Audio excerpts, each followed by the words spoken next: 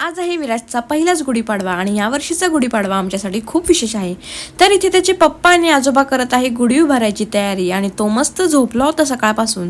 तर सगळी कामं आवरून घेतली फटाफट आणि इथे तो उठलाय, तर मग त्याची तयारी केली आणि म्हटलं आता हा उठलाय तर पटकन गुढी उभारून घेऊ। तर मग इथे आम्ही व्हिडिओ घेत होतो आणि मागे गुढी उभारण्याचं काम सुरू होतं। गुढी उभारून झाली, त्याच्या पप्पांनी इथे पूजा केली आणि इथे बघा त्याची मस्ती सुरू आहे, कारण त्याची झोप झाली आहे, खाणं झालं आहे, त्यामुळे मस्त निवांत आहे तो। आणि मग इथे आम्ही काही फोटोज वगैरे घेतले आणि मी सुद्धा त्याला घेऊन इथे पूजा करून घेतली आणि सगळ्यांनी आम्ही पूजा केली। मम्मीने आणि माझ्या सासऱ्यांनी देखील गुढीची पूजा केली आणि आपल्या झाडाला ना मस्त गुलाबाची फुलं आलेली भरपूर, तर ती तुम्हाला दाखवेन मी नंतर। आणि आपली जी काही रोजची देवपूजा असते ती सुद्धा करून घेतली। त्यानंतर मग कडुनिंबाचा पाला आणि गूळ असा जो काही प्रसाद करतो आपण, तर तो ह्यांनी वाटला सगळ्यांना। आणि इथे पिल्लूला सुद्धा त्यांनी थोडासा चाखवला, तर त्याचं तोंड मस्त असं बघण्यासारखं झालेलं।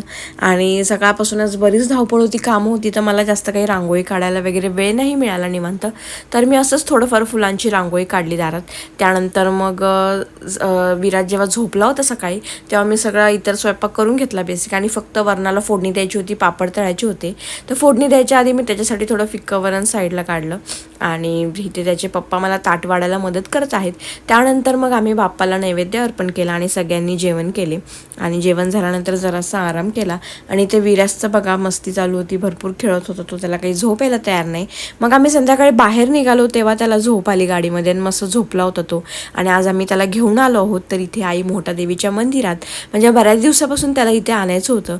तो झाल्यापासून खरं तर आम्ही दोघं आलो होतो नवरात्रीमध्ये, पण तो काही आला नव्हता, तर म्हटलं आता गुढीपाडव्याच्या निमित्ताने त्याला आज घेऊन येऊया आणि त्याला आम्ही इथे घेऊन आलोय मंदिरात। आणि तो सगळीकडे मस्त रांगत होता मंदिरामध्ये, बाहेर फिरायला आला की तो जाम खुश असतो।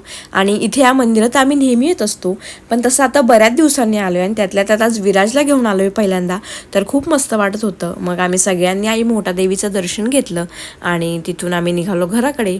चलो आजचा मिनी व्लॉग इथेच थांबवते, तोपर्यंत सगळ्यांना बाय, लवकरच भेटूयात नेक्स्ट व्हिडिओमध्ये। Thanks for watching.